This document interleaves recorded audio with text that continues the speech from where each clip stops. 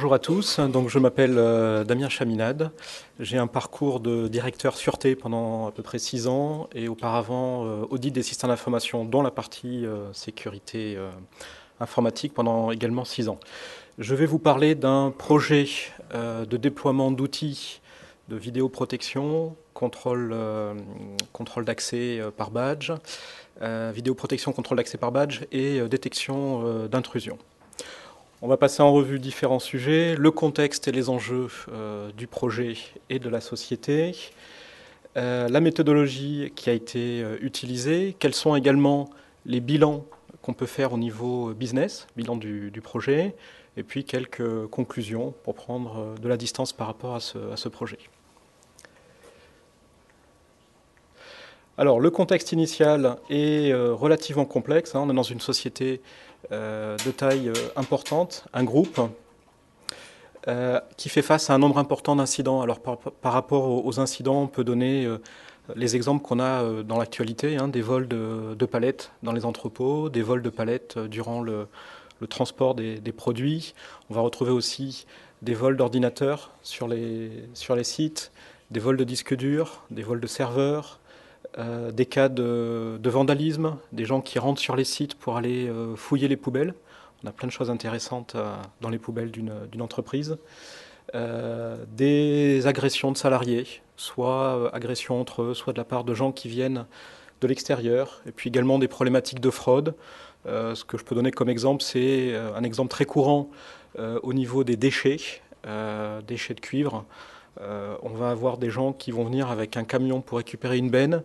Le camion est pesé avant l'entrée sur le site, il est pesé en sortie avec les déchets, et on s'arrange pour que le poids finalement soit au détriment du poids réel des déchets. On va sortir plus de déchets qu'il y en a réellement.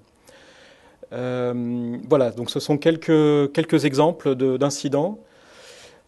C'est un contexte également business très particulier puisque la R&D est un contexte également très sensible avec des projets long terme, des problématiques de prototypes à protéger, prototypes que dans certains cas on va mettre dans la benne à déchets mais qui peuvent être intéressants pour des concurrents. Des problématiques de bancs d'essai qui sont très particuliers, qui représentent un savoir-faire industriel, de la même façon que les lignes de production, même si on ne peut pas breveter les lignes de production, elle a une valeur ajoutée, une valeur concurrentielle très forte. C'est un marché qui est dynamique, avec des concurrents relativement agressifs. Et donc on a fait un bilan, un état des lieux en termes de protection de l'information, et on s'est rendu compte que les locaux n'étaient pas correctement organisés. Les locaux sensibles ne sont pas correctement protégés. On n'a pas de différenciation entre les flux des piétons et les flux des véhicules. Et encore une fois, dans les flux véhicules, on va retrouver deux problématiques. Les véhicules qui viennent livrer, donc des camions qui peuvent être dangereux, et puis les véhicules des salariés qui viennent travailler dans le site. Le gardiennage des sites aussi est optimisable dans la mesure où on se rend compte qu'il n'y a pas suffisamment de procédures, que les gardiens ne sont pas suffisamment formés aux différents outils qui sont déployés. Et puis concernant les outils, on a effectivement des outils déployés, mais mal paramétrés, pas sécurisés en termes de sécurité logique cette fois-ci, et puis un panel d'éditeurs relativement important qui ne permettent pas d'avoir une approche globale. Donc, autre décision, autre constat, c'est la gouvernance de la protection de l'information doit être également renforcée. On a besoin de disposer d'un pilotage global, donc d'un reporting, de définir une architecture logicielle, c'est l'objet de la présentation, qui soit sécurisée et optimisée, et puis de considérer également l'aspect réglementation, l'aspect conformité, que ce soit la CNIL en France ou les homologues de la CNIL dans les autres pays européens. Dans le même temps, le management a décidé de renforcer à la fois la direction de la sûreté et également la direction de la sécurité informatique. Alors, on a dégagé 3 enjeux et 3 objectifs. Les enjeux, ça porte tout d'abord sur les incidents, qu'il faut réduire aussi bien en termes de nombre d'occurrences qu'en termes de coûts, mieux protéger et les informations et les actifs, et puis, autant que faire se peut, dégager des synergies business, ça sera l'objet de la conclusion. Donc en termes d'objectifs, on en a 3. La sécurité physique doit être renforcée sur l'ensemble des sites. via une architecture centralisée. On doit également considérer que la sécurité logique ne doit pas représenter un risque supplémentaire. À partir du moment où on centralise une personne qui prendrait la main sur cette architecture aurait la visibilité sur l'ensemble des sites. Et puis, dernier élément, c'est l'aspect sensibilisation. Il faut sensibiliser les résidents, que ce soit les salariés qui viennent travailler sur le site ou les visiteurs. Un incident, ça peut être un coût financier, c'est le coût du vol, mais ça peut avoir aussi un coût social. Si on prend l'exemple d'un site R&D sur lequel on va venir voler des informations, il y a des exemples dans la littérature française, une entreprise concurrente va venir copier des informations sensibles, récupérer de façon offensive des informations sensibles et déposer le brevet à la place de la société qui a investi pendant des années. Donc il y aura un coût sur l'emploi également. On va passer à la méthodologie.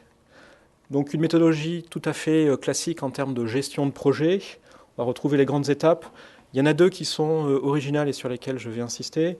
La première étape, c'est l'audit sûreté, où on fait un état des lieux sur un site de comment sont protégées les informations et les actifs. Et on finira, la dernière étape après la mise en production, ce sera également de refaire un audit. On va comparer, on va voir si les préconisations du départ ont bien été mises en place et si le nouveau dispositif a permis de réduire les risques.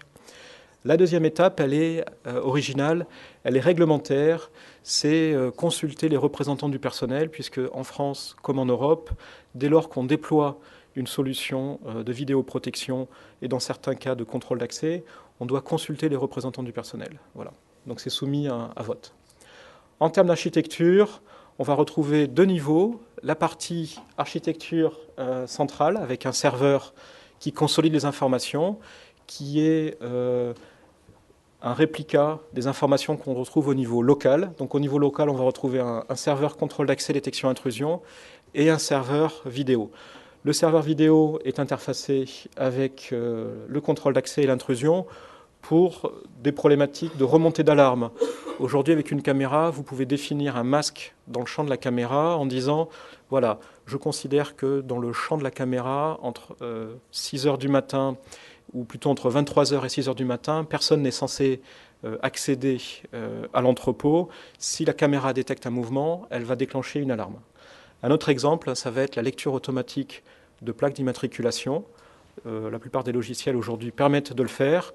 Et donc, ça va remonter une alarme qui sera gérée, centralisée dans la détection intrusion. En termes d'interface, donc on est dans un réseau qui est physiquement distinct de celui de l'entreprise. Et on a une interface avec le logiciel de paye qui, lui, est la référence en termes de salariés présents dans l'entreprise. Et on a besoin d'avoir une gestion des badges au plus près de la paye, de façon à éviter que des salariés qui ne sont plus salariés puissent toujours accéder au site. Autres éléments que j'ai mentionnés, la gestion des identités qui est bien sûr interfacée avec la paye, et puis la restauration d'entreprise qui va nous ouvrir une perspective sur les gains business. Dans cette société, dans ce groupe, il y a autant de restaurants d'entreprise qu'il y a de sites. Et auparavant, les salariés avaient deux badges distincts, un pour la cantine, un pour le contrôle d'accès. À partir du moment où on déploie le même badge en termes de contrôle d'accès, il est également utilisable dans les cantines d'entreprise. En termes d'acteurs, donc qui gravitent autour du projet, on a des acteurs internes, donc la direction sûreté avec un pôle dédié aux audits et aux projets, les directions d'établissement avec à la fois les salariés, mais également les CE et CHSCT, qui sont les instances de représentation du personnel, les agents de gardiennage et les hôtesses, qui sont des utilisateurs, qui sont les premiers utilisateurs du logiciel qui distribue les badges, mais qui sont également des utilisateurs de la vidéoprotection. Les correspondants CNIL de l'entreprise, qui sont garants de la conformité des installations au regard de la loi informatique et liberté. La direction de la sécurité informatique, qui définit les standards et qui vérifie leur bonne application dans l'architecture.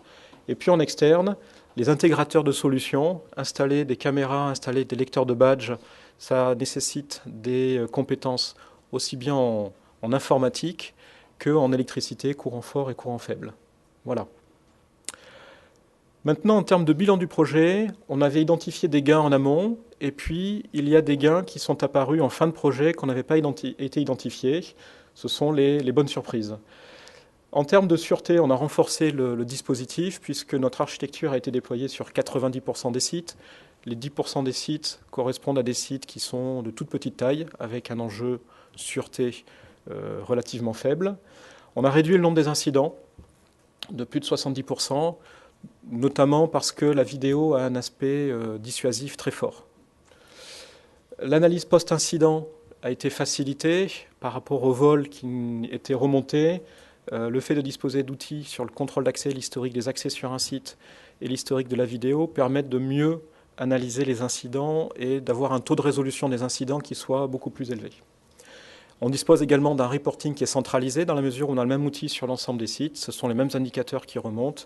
On n'a pas de perte de qualité sur le transfert d'indicateurs.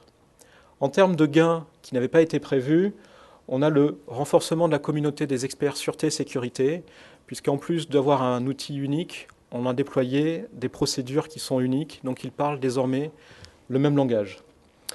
On a également développé une synergie avec les armoires à clés. Alors c'est quelque chose qui existe depuis quelques années.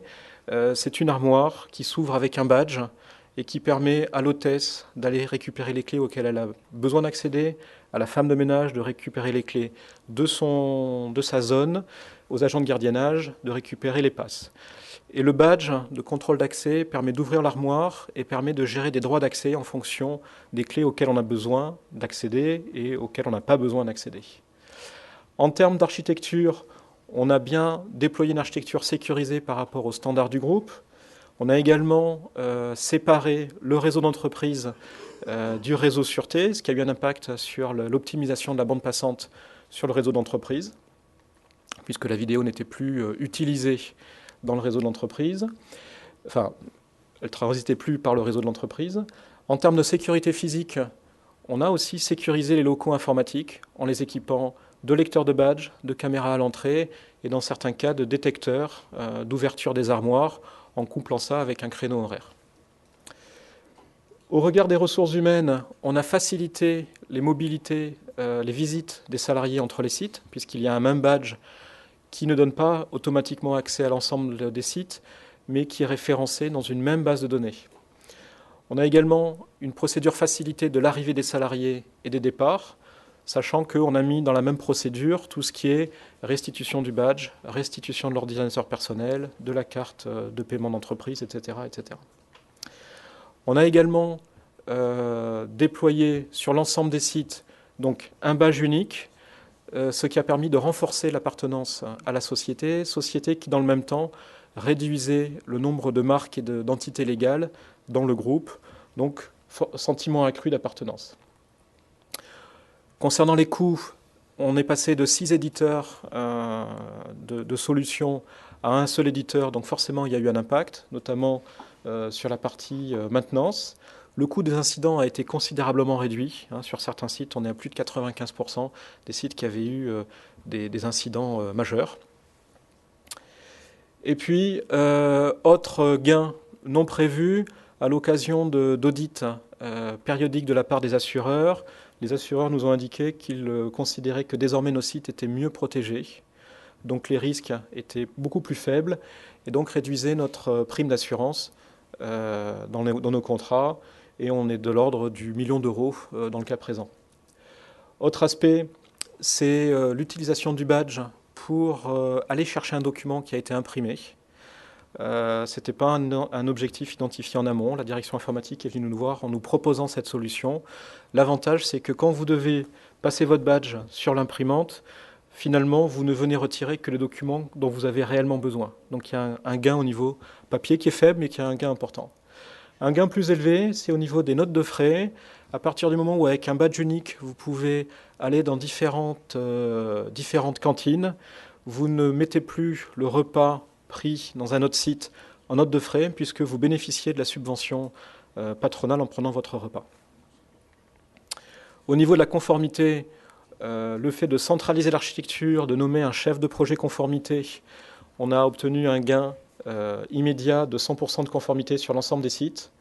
On a également recueilli l'adhésion des représentants du personnel qui, lors des consultations, nous ont demandé de rajouter des caméras ou des lecteurs de badges dans certaines zones qui n'étaient pas considérées comme critiques au moment des audits de sûreté. Au niveau de la conformité également, j'y reviendrai dans une slide un petit peu plus loin, on a centralisé les demandes d'extraction de données, ce qui a permis de réduire le risque en termes de non-conformité. En termes de facility management, on a bénéficié d'un déploiement d'un outil assez particulier. Donc on a le badge et en plus du badge, on a un support. Le support est géolocalisé de façon anonyme. Et l'intérêt, c'est que le support de badge est couplé avec des détecteurs qu'il y a dans les différentes salles. Et on sait automatiquement combien il y a de personnes dans une salle de réunion. Et en cas d'absence de personnes, on coupe automatiquement l'éclairage et on coupe automatiquement la climatisation. Donc il y a des gains financiers qui sont apparus également via l'utilisation du badge. Voilà, donc ça ce sont les gains business. Maintenant on va passer à la conclusion de ce projet de déploiement. Donc effectivement, on a une convergence entre la sécurité physique et la sécurité de l'information, mais qu'est-ce qu'on peut conclure de plus? Que tout d'abord, on a réduit les risques avec des retours sur investissement qui ont été beaucoup plus rapides que ce que nous avions prévu. On est de l'ordre d'une année en termes de retour sur investissement. En revanche, de nouveaux risques sont apparus. Alors je vais faire un raccourci très rapide, mais dans certains cas, la réglementation française nous impose, en cas d'alerte incendie et d'évacuation d'un bâtiment, de désactiver le contrôle d'accès physique. C'est une technique d'intrusion qui est utilisée, on la voit dans certains films. Mais finalement, le fait de tout centraliser, de tout mettre dans la même architecture, représente un risque. N'oublions pas la composante humaine. On peut avoir des sites qui sont des Fornox, hyper sécurisés. On arrivera toujours à rentrer par la composante humaine. On va faire allusion aux techniques d'ingénierie sociale, de social engineering. Donc, la solution par rapport à ces projets, c'est d'avoir des salariés qui soient sensibilisés. Un salarié bien sensibilisé sera plus efficace qu'une caméra et ou un lecteur de badge. Enfin, dernière préconisation par rapport à ce type de projet, notamment dans les organisations matricielles où il y a différentes business units, c'est de s'assurer d'avoir l'adhésion du management de façon à faciliter le déploiement dans une organisation qui, encore une fois, est matricielle. Alors, je vais profiter des 2 minutes qui me restent pour présenter rapidement 2 slides en annexe. La première, c'est un rappel sur les exigences réglementaires. Je précise, on est dans un contexte français. Donc 3 obligations. Consulter les représentants du personnel, faire une déclaration à la CNIL, et puis faire une déclaration en préfecture dans le cas de la vidéo. Je vais insister sur un risque en particulier. On a régulièrement des salariés qui demandent à l'employeur de justifier qu'ils étaient bien présents un jour donné sur un créneau horaire donné. Et quand on creuse un petit peu, on se rend compte que le salarié a reçu une contravention au code de la route et donc souhaite contester cette contravention. Donc la réponse qui est apportée dans ces cas-là, c'est de dire au salarié « Nous attestons que votre badge a bien été utilisé tel jour à telle heure », mais on ne peut pas s'engager sur la présence physique du salarié puisque vous savez autant que moi qu'un badge, ça se prête pour rentrer, notamment quand on a oublié son badge, on va demander à un collègue de nous prêter son badge. Voilà, donc ça c'est un risque qu'on a réduit dans la mesure où les demandes d'extraction ont été centralisées et gérées par le responsable de la conformité. Autre slide, et ça sera la dernière, c'est des choses qui sont beaucoup plus classiques par rapport à cette architecture. Qu'est-ce qu'on a mis en place pour la sécuriser d'un point de vue logique? Donc un réseau dédié, j'en ai parlé, des gestions spécifiques des flux des vidéos, mais également des cryptages, des chiffrements des flux vidéo, puisque c'est assez facile de capter un flux. Supprimer les mots de passe par défaut dans les scripts, notamment au niveau des interfaces entre applications. Modifier les mots de passe éditeurs, on retrouve vraiment des grands classiques. L'analyse des logs, qui peut être la génération avant tout et l'analyse ensuite, qui peuvent être très intéressants dans le cadre d'incidents, notamment quand on doit vérifier si un salarié qui accède à la vidéo n'a pas fait un détournement de finalité. Refonte de l'architecture de réplication et de sauvegarde, là on est sur les aspects de disponibilité du système. suppression des protocoles faibles, et puis mise en place d'une gestion par parc, notamment via une approche via SNMP, puisqu'on se retrouve avec différents équipements qui sont dans un réseau, des lecteurs de badges, des caméras, des contrôleurs et des automates. Voilà. Eh bien, j'ai fini, je vous remercie.